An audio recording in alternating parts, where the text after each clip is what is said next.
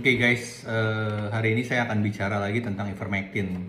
Dan saya sudah sering sekali ya bicara tentang ivermectin. Dan hari ini kenapa saya bicara lagi? Karena ada kabar hari ini ivermectin sudah mulai ada di market. Kita bisa beli melalui Halodoc, tapi memang harus dengan resep dokter, harus dengan konsultasi dulu. Saya mungkin buat videonya dalam 2 sesi ya, karena memang ini panjang. Oke, jadi sebetulnya isunya ivermectin itu sempat kontroversi ya pada saat mungkin sekitar 2 bulan yang lalu ya. Waktu itu Menteri Erick Thohir, Menteri BUMN tuh menyuruh memproduksi ivermectin secara besar-besaran. Tapi lagi-lagi BP POM nggak setuju pada awalnya ya. Kenapa? Karena menurut dia ini belum uji klinis. Karena BP POM itu kan rigid, dia patokannya harus dari WHO. Kalau WHO bilang A, dia A ngikut gitu ya. Dan dia memang ya memang fungsi dia seperti itu gitu ya.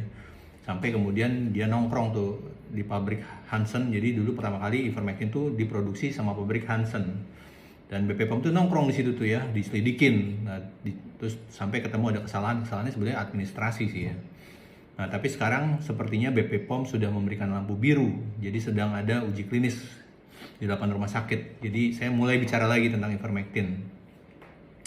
Jadi saat awal tahun 2020, itu saat belum banyak vaksin, belum ada obat yang ditemukan, itu di banyak negara seperti di Brazil, Meksiko, Bangladesh, itu sudah mulai dipakai ivermectin oleh beberapa dokter. Karena pada saat itu kan pandemi ya, pandemi orang dalam keadaan sesak, mau masuk rumah sakit penuh, masa dokter-dokter akan membiarkan, ya udah Pak pulang mati aja, kan nggak mungkin.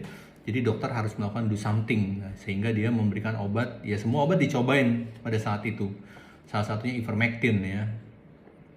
Dan bahkan di Amerika sendiri pun pernah ivermectin itu digunakan.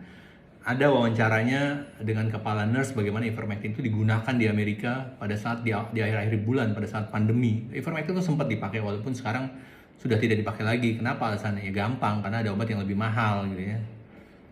Dan kemudian ivermectin ini banyak dipakai oleh dokter-dokter di FLCC. Jadi dokter FLCC itu dokter-dokter yang di banyak negara tuh dia yang garda terdepan untuk menangani pasien-pasien COVID. Jadi mereka yang berhubungan langsung dengan pasien COVID gitu ya. Dan mereka sudah tahu bahwa ivermectin ini sudah diteliti di Australia. Jadi dia menggunakan test tube. Jadi test tube tuh kayak semacam di laboratorium dia diteliti bahwa virus COVID-nya itu bahwa ivermectin itu bisa menghambat replikasi virus COVID-19 ternyata gitu ya.